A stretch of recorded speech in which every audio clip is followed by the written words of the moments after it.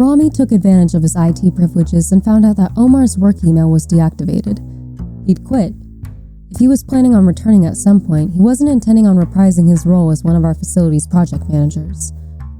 In his letter of resignation that was obtained using methods that are totally legal and ethically sound, Omar claimed that he'd accepted an offer for another position. The letter didn't give any clues as to where this imaginary position was, much to Rami's disappointment. For now, it seems like Omar is running scared and is trying to cover his tracks as best as he can. As for the hoofdgen, I discovered that it had been wandering around in the woods behind my house, still in its cat-like form. I started leaving a plate of raw chicken out for it each night before heading to work. I know that it's perfectly capable of hunting on its own, and chicken probably wouldn't be its ideal meal of choice, but I felt bad for the poor thing. After all it had been through, I figured the least I could do was give it a snack. This went on over the course of a few days. Eventually, the hoofdgen began to sit on my porch, waiting for me. It would eat, then curl up in a furry ball and sleep.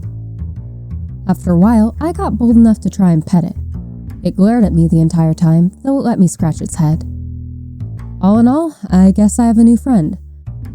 Don't ask me why I feel the need to befriend everything that tries to kill me.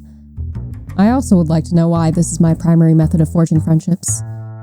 With those two updates out of the way, I have a question for those of you who are more experienced with relationships than I am. Do you ever look at the person you're with and it just hits you how attractive they are? Rami was playing around with my router, brows furrowed together in concentration, eyes reflecting the blue light coming from my laptop monitor.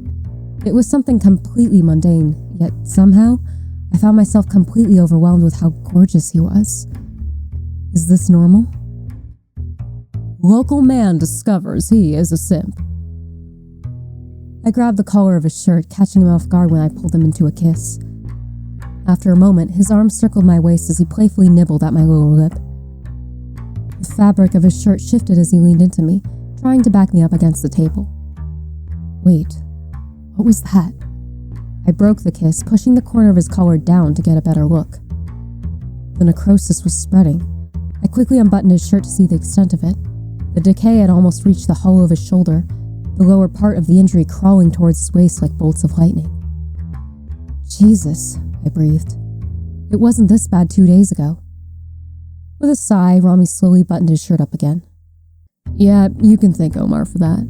Getting exercise put my timeline way off. Timeline for what? When this body let me take him over, it was on the condition that I make the jackasses that killed him suffer. Even though I've only got one left, the damn body's getting impatient. Matthew's first set of entries had said that there was one other survivor besides him and his brother. God, that incident with the journals felt like a lifetime ago. What was the third soldier's name again? Harris. That was it. I cut myself off before I could make a terrible mistake. I had almost started my sentence with wish. Of course, this didn't escape the notice of a certain shithead Jen. With a mischievous smirk, he asked, "What were you saying, lab rat?" First of all, fuck off. His chuckle briefly interrupted me. Second of all, I would have appreciated it if you had told me this sooner. I didn't say anything because I'm not concerned about it.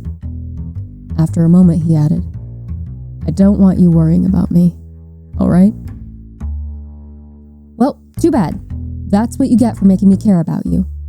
I grabbed his collar again, this time pretending to threaten him. And since you don't seem capable of worrying about yourself, someone has to. His cool fingers gently covered mine, keeping my hand where it was. I asked him if he knew where Harris was. He admitted that he didn't. Knowing that Rami had a time limit made me curse the fact that we'd had to destroy the journals. One of them might have been able to give us a clue about where to find him. I let the question that was making my chest feel tight with nervousness come out. How long do you think you have to figure this out? He seemed hesitant to answer, but eventually confessed. At this rate, probably a month. A month? Harris could be in a different country for all we knew. A month. I've been saving my last wish for a long time. This was partially because I did not want to waste it, and also partly because I wasn't sure what to use it for. Rami had been trying to convince me to use it to replace the PT Cruiser, his reasons being was that not only the car is a piece of shit, but it's also not tall person friendly. I'd always hesitated, thinking that a car was too frivolous. Shouldn't a final wish be for something important? What could be more important than him? I wish that... Rami's hand suddenly covered my mouth, stopping me before I could finish. "What are you doing?" he asked calmly.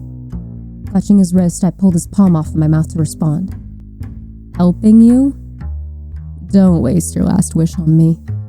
"It's not a waste," I insisted. "I've got a nice home, 2 happy, healthy animals, and a good job. What more could I possibly need?" He narrowed his eyes. "You know what my answer to that question is." "I'm going to call the shop right now and tell them to install one of those lifty thingies on to make it a monster PT Cruiser." Rami tried not to laugh in an effort to keep up his earlier stern expression. "Don't do that. Bring it up again and I'll make us both regret it. That car can be uglier, I assure you." The hint of his familiar smile crept out. "You'd only be punishing yourself, man." We were getting sidetracked. I had to bring it back. "Okay, my shitty car is not the point. The point is that I've got a decent life. Yeah, it'd be nice to not have a near-death experience once a week, but all in all, I'm doing better than I ever have been, well, ever. For the first time since I can remember, I don't feel like some uncomfortable nuisance that everyone would rather just ignore." Rami's eyes lowered, quietly considering my words. I ended my speech by exposing myself as the sappiest simp to have ever simped. "The only other thing I have left to want is you." When he finally spoke, his voice was uncharacteristically soft. "You know, you're the only person that's seen me for more than what I can offer. Wishes, power, magic. None of that appears to mean anything to you." I whispered. "Like I said, I want you." Rami gave me a small smile. "Careful. If you keep saying that, I might end up believing it." "Believe it." I stroked his cheek. "Let me do this for you. Please." Rami's eyes closed, leaning into my hand. It's not often that I get to see this side of him. I only get brief glimpses here and there. With a sigh, he eventually muttered, "It would be best to simply wish for the last soldier's whereabouts, if that's what you really want." Without any further hesitation, I made my wish. Rami's arms tightened around me, pressing me against his chest. He told me to close my eyes. Thinking he was going to kiss me again, I readily obliged. However, I quickly realized that wasn't the case when I suddenly felt wind on my face. A cow bellowed. Confused, my eyes snapped open. We were on a ranch. How the hell did we get to a ranch? A barn that looked as if it had seen better days loomed over us. Muscular, black cows wandered around behind a wire fence nearby, stretching beyond where I could see. The ground was dry and rocky, the landscape devoid of any trees. When I glanced up to see if I recognized any constellations, I was awestruck by the incredible sight above me. I had never seen so many stars in my life. I thought that I had a good view of it from my house, but at the ranch, the sky was so clear that I was able to make out the purple arm of the Milky Way swirling across the sky. Not to sound like Dorothy, but we definitely weren't in Ohio anymore. I'm not sure where we were exactly, but my guess is that the ranch was out west, possibly in Nevada or Colorado. I was about to question Rami about our circumstances, but he was already on his way to the barn. He wasn't wasting time. I hurried after him. There was a faint orange light emanating from inside the barn. It was pretty safe to assume that the wish had taken us to Harris. Did he know that Rami was coming for him, like how Matthew did? What were we walking into? Rami glanced at me from over his shoulder. "Wait here." Not knowing what else to do, I nodded, planting my feet uneasily just outside the barn door. I've taken the advice some of you have given me to start learning Arabic. It's extremely slow going, but it's going. The reason why I bring this up is because I heard Rami let out an oof, which was not a good sign. I peeked through the doorway and instantly wished I hadn't. What resembled a hunk of red meat was suspended in the middle of the barn by hooks protruding from the palms of its hands, connected to heavy-looking, golden chains fastened to the rafters. He didn't have skin anywhere except for his face. When Rami got close, I was horrified when the flayed man wheezed, the sound wet and ragged. He was still alive. How could someone still be alive in that condition? I turned away as Rami reached for him. There was a gut-wrenching crack. The flayed man went silent. Somewhere to my left in the desert around me, I heard the rattle of chains. Heart rate quickening, I darted into the barn, trying to avoid looking at Harris's hanging body as much as possible. Rami whispered, "Whatever you do, don't run. The angel that did this is still here. If you try to run, it will chase you." Glancing around, I saw symbols written in the chalk on the ground. Not Arabic. Not anything I'd ever seen before. Afterwards, I learned that it was Enochian. Quietly, I asked, "Did Harris summon that thing?" Rami replied, "Yes. Must have thought that it would protect him. Unfortunately for him, they have no tolerance for those they deem wicked. It appears that he didn't measure up to the angel's high standards." Chains rattled from outside. Closer. I swallowed, choking out, "Can you get us out of here?" Rami sounded mildly surprised. This is new." Eyes wide, I glanced over to see that he pulled his collar down. Thick, gray liquid had begun to ooze from the necrotic tissue on his chest. "What's happening?" I asked. Instead of answering, Rami pushed me behind him. When he touched me, I was shocked to discover that for the first time since I'd known him, his skin was warm. He felt alive. But I couldn't dwell on it right then. The angel stood in the doorway. By all the means, the angel should have been beautiful. 6 pairs of feathered wings shone in a spectrum of pearlescent colors, giving off a light that was painful to look at for too long. His face was perfectly symmetrical to the point of making me feel uneasy, like I was looking at a machine's idea of what a perfect human man would look like. His violet eyes glowed, not unlike the arm of the Milky Way outside. They scrutinized me like I was prey. He held a gold chain in his hands, a chain tipped with a nasty-looking hook, identical to the ones Harris hung from. The angel grinned in a way that made my blood chill. "Who do you serve, Ifrit?" His voice was the guttural, growling voice of a beast, like broken glass against my ears. Rami responded, "I was an Avenger. I've gotten what I came for." "That's not an answer." The hook dropped threateningly to the ground, as if the angel was preparing to use it. "Where do your loyalties lie?" When I took a small step back, the angel's head swiftly tilted, that cold grin now directed at me. "It's you, isn't it?" "Fuck!" Rami's voice was harsh as he replied, "I serve no one. You know well that my purpose is to protect sacred places and things. What could be more sacred than one of God's creations?" The angel's eyes didn't flicker from me for even a second. "You treasure a man more than your maker? Or perhaps this man bound you to him, enslaved you using knowledge forbidden to him?" The angel's head tilted again, an almost feline motion, keeping his toothy smile as his eyes slitted. "Which is it?" Rami grabbed me just as the angel swung his chain towards me. I squeezed my eyes shut out of reflex, knowing that its trajectory would take the hook squarely between my eyes. Thankfully, it never came. The ground was gone. What? Oh, there it was. My back found it for me, and rather painfully, I might add. I had arrived somewhere that was familiar, but my fearful mind couldn't immediately process where. The chorus of Hell and You by Amigo the Devil was playing on crackly speakers. The lighting was dim. The sour smell of old beer made my nostrils flare. Slowly, I sat up, finding that I was next to a pool table. It clicked into my brain that I was at the dive bar where Anya had attacked me when we first met. Where was Rami? Where was that?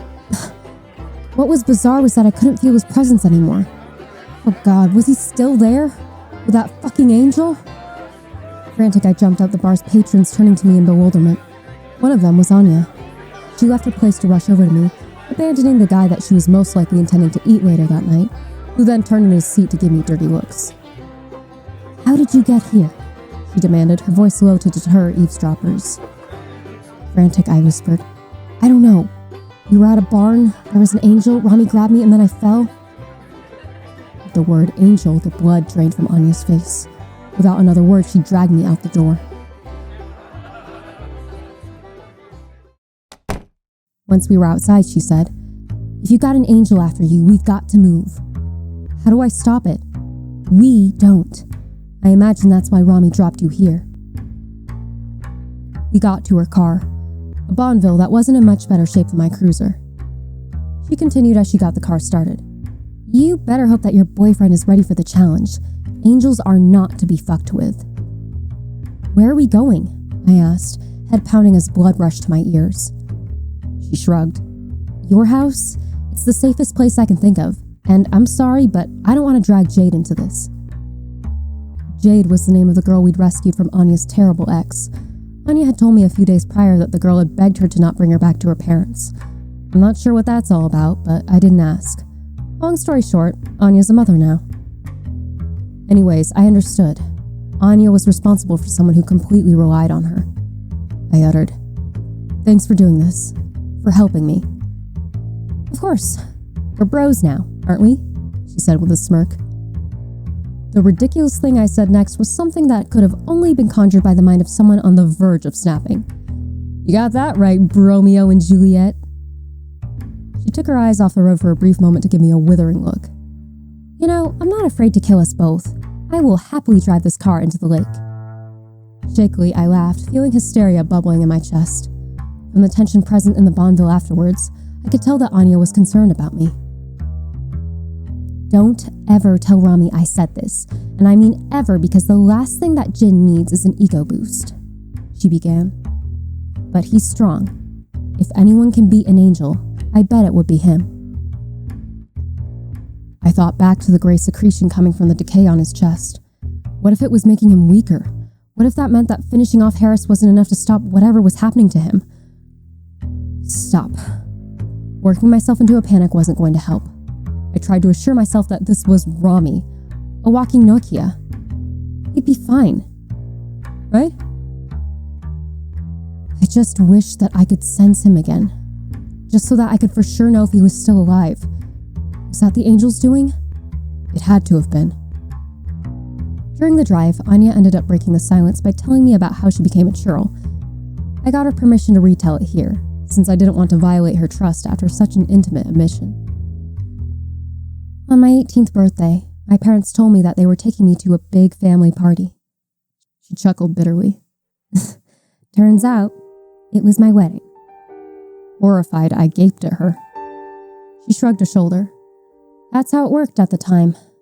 After the wedding, he hauled me off to America, saying that he wanted a better life, when really, he just wanted to remove me from everyone I knew.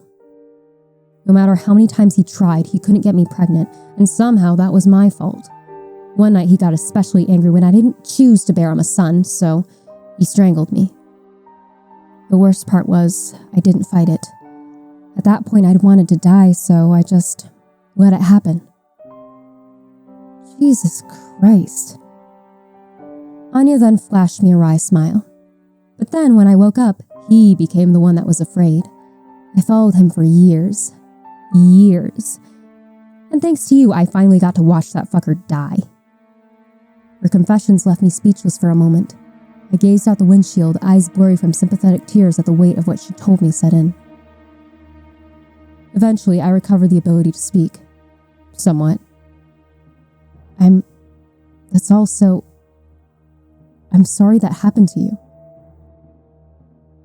Do you know why I told you this?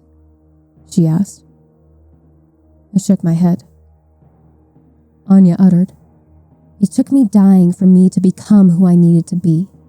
There's a part of me that wishes that I would have done what I needed to do sooner, but there's no point in wanting to change the past. She glanced at me. You might only have now, lab rat. If it came right down to it, do you believe that you could abandon who you are now to do what needs to be done? I shook my head again, raising a hand helplessly. My brain feels like a scrambled egg. If you had to do something terrible in order to save yourself, could you? My answer probably wasn't satisfying. I don't know. I want to say that I could, but I know myself. I'm kind of a bleeding heart. As Anya pulled into my driveway, she softly replied, "At the risk of sounding like a cornball, I hope that your heart can bleed for you, too. Not just others."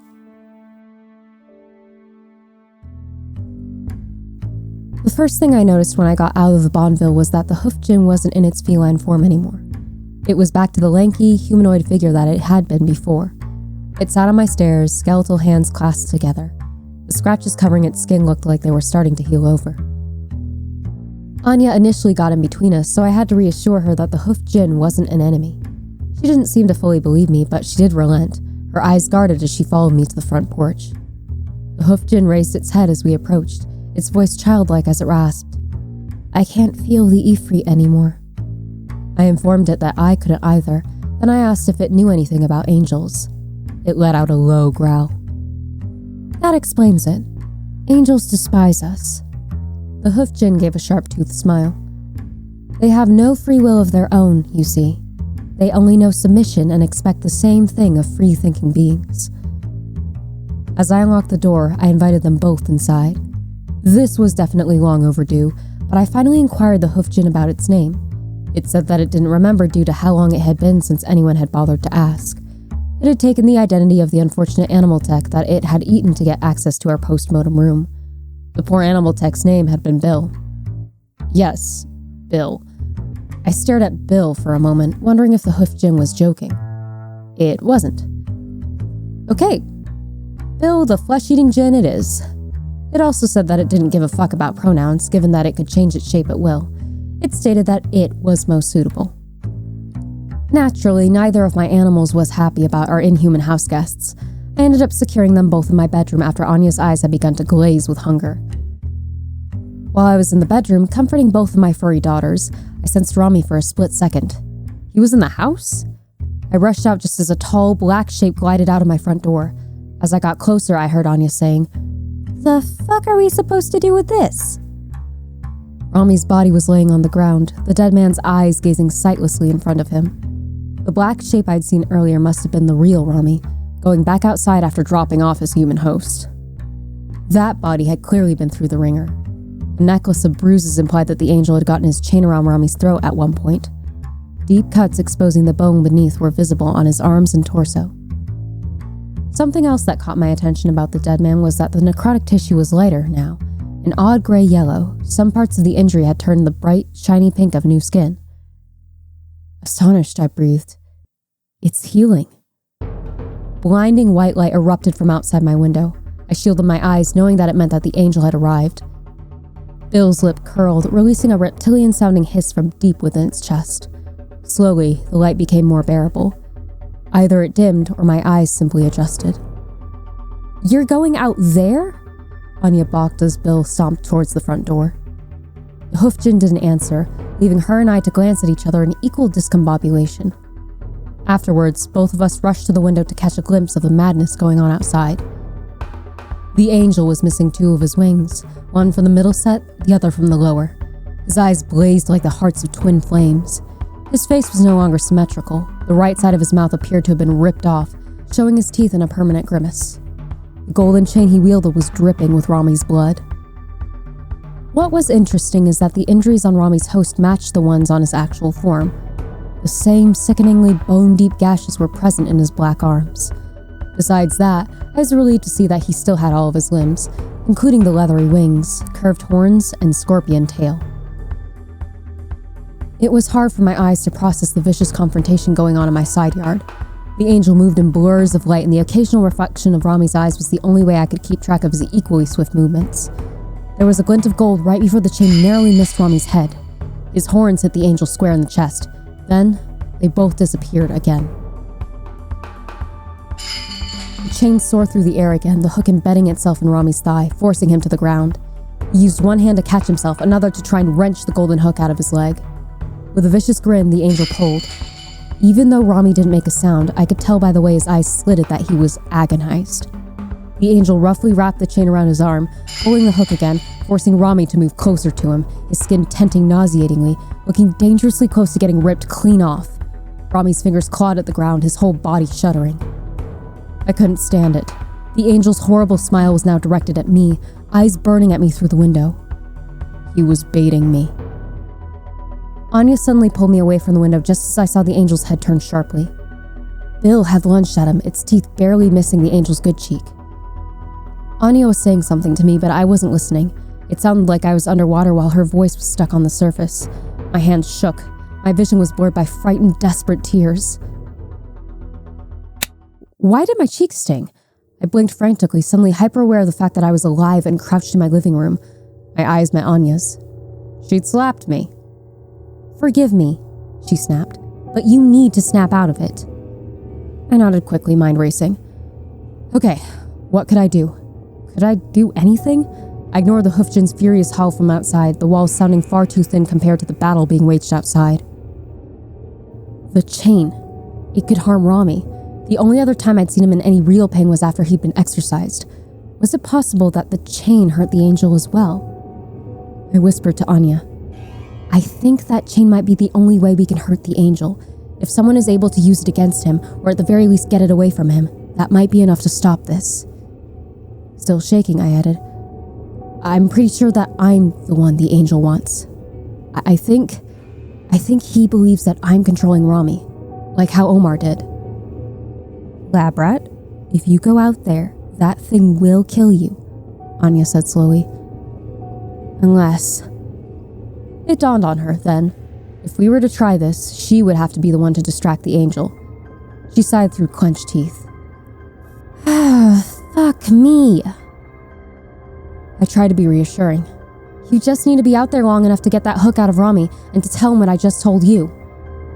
And if you're wrong, Anya asked, then I don't know, I muttered. We have to try something, don't we? She shook her head, jaw tight. You and that djinn owe me big time for this.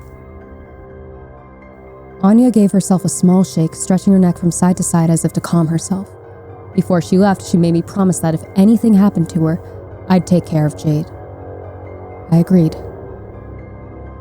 When I returned to the window, I saw Rami had freed himself from the angel's hook, but he was slower now. His tail missed the angel by inches. The angel looped his chain around Bill's neck, using his wings to yank the hoofdjinn into the sky, the chain acting as a noose. Rami collided with the angel in midair. All three fell to the ground, the angel landing gracefully, his grip on the chain not faltering for even a moment. Meanwhile, Rami struggled with his injured leg, relying heavily on his wings to keep moving. Bill loudly gasped for air, choking as it thudded to the ground. I slid the window open a crack and yelled to catch the angel's attention. Another flash of gold. I dropped to the ground, shocked to hear the window break, followed by the glass falling onto the back of my head. That meant the angel was completely unfazed by the house's protection. It dawned on me then that he could get in at any moment if he wanted to. The hook had landed on the ground next to me. It started to retract through the window, but then it stopped. My blood ran cold as I heard Anya shriek from outside. Please let this work. I didn't think.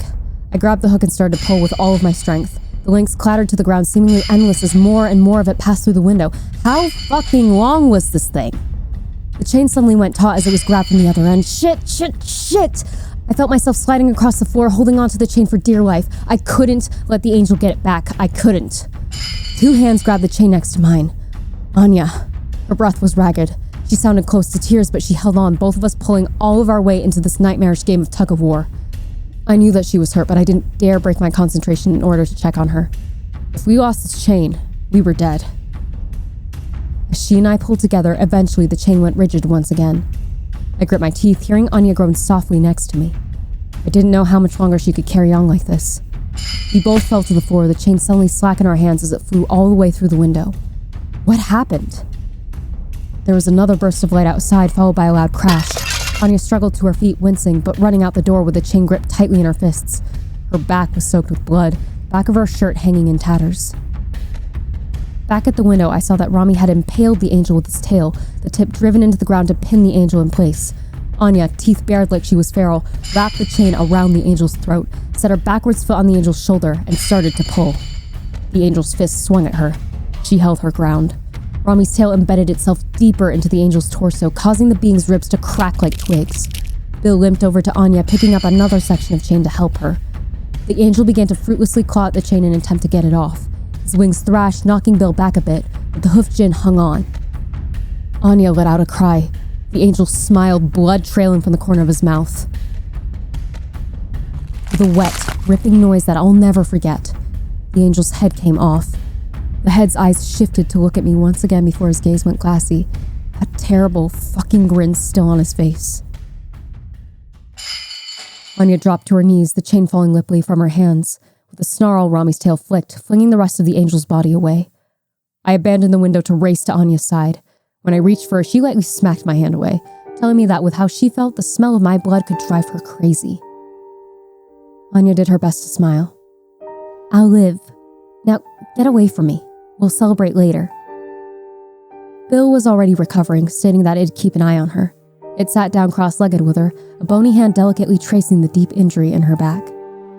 Rami followed me back into the house. Once we were alone, he embraced me, those leathery wings forming a soothing cocoon around me. Neither of us said anything. We just held each other. We did it. We really did it. All four of us had bested an angel. After what felt like an eternity, yet somehow still not long enough for my liking, his arms loosened their comforting hold, telling me that he should return to his host. "You know, your true form isn't so bad either," I admitted. He winked. "You really shouldn't have told me that, lab rat." I let out an embarrassing yelp as those wings pushed me back into him. Good lord, I can't have a moment of peace around this shithead. Afterwards, I learned that angels can't truly die, though I have been assured that it'll be a while before the one we beheaded recovers enough to retaliate. I think that's why the piece of shit was smiling as his head was torn off. But that's future Rami and Labrat's problem. So, I just want to say that I appreciate how many of you have accompanied me on this descent into madness. You've all given me so much advice, some of which has quite literally saved my life. I never believed in the kindness of strangers until I started the series. You've seriously all helped me grow into the lab rat I am today, and I truly can't thank you all enough for that. Originally, I started recording as a cry for help. I'd had no one to turn to as my life was flipped upside down by this strange guy in IT. But now, I'm not alone anymore. I have people in my corner now. This is bittersweet, but I think this might be my last recording. Yeah. It's time.